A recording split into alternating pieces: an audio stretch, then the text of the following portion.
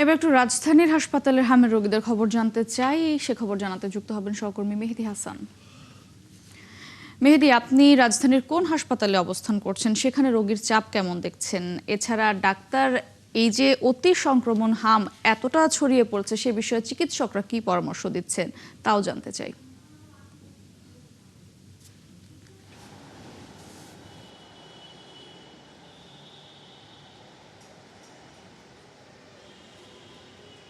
মৌটুসী, আমি শাহবাগ এবং তেজগাঁওর আশপাশে যে হাসপাতালগুলো আছে সেই হাসপাতালের শিশু ওয়ার্ডগুলোতে আমি ঘুরে বেরিয়েছি। শিশু হাসপাতালে যে ভর্তি রুগী আছে শিশুরা, আপনি জানেন যে শিশু ওয়ার্ডে যে শিশুরা ভর্তি হচ্ছে তাদের সর্বোচ্চ বয়স 2 বছর, অর্থাৎ 4 মাস 5 মাস থেকে শুরু করে 2 বছরের মধ্যে শিশুরাই কিন্তু সবচেয়ে বেশি হাম পজিটিভ হচ্ছে এবং মৃত্যুও বরণ করছে। ডাক্তাররা বলছে যে মৃত্যুর প্রধান কারণ এই মুহূর্তে তারা যতটুকু বুঝতে পেরেছে এই কম সময় পর্যালোচনা করে, তারা বলছে যে আমরা গেল 5 বছরে নানা স্বাস্থ্য জটিলতার মধ্যে দিয়ে আমরা পার করেছি। আপনি জানেন 2020 থেকে 22 সাল পর্যন্ত আমরা করোনার মধ্যে ছিলাম।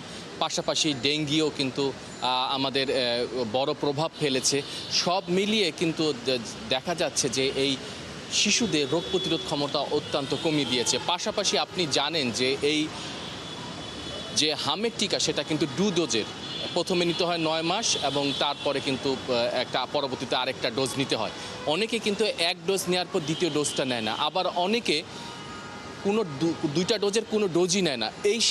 এই ধরনের শিশুরাই কিন্তু আসলে হাম বেশি পজিটিভ হচ্ছে এবং মৃত্যুর খাতায় তারাই আসলে নাম লেখাচ্ছে। তো ডাক্তাররা বলছে এই মুহূর্তে যে হামের রোগ প্রতিরোধে এই মুহূর্তে টিকার কোনো বিকল্প নেই। আপনি জানেন যে স্বাস্থ্য বিভাগ আগামী রবিবার থেকে ঢাকাসহ সারা দেশে সীমিত পরিসরে টিকাদান কর্মসূচি শুরু করবে এবং এই টিকা নিতে ডাক্তাররা প্রতিটি শিশুকে যাদের বয়স 5 মাস 6 মাস থেকে শুরু, তাদের সবাইকে এই টিকা নেওয়ার জন্য আহ্বান জানিয়েছে।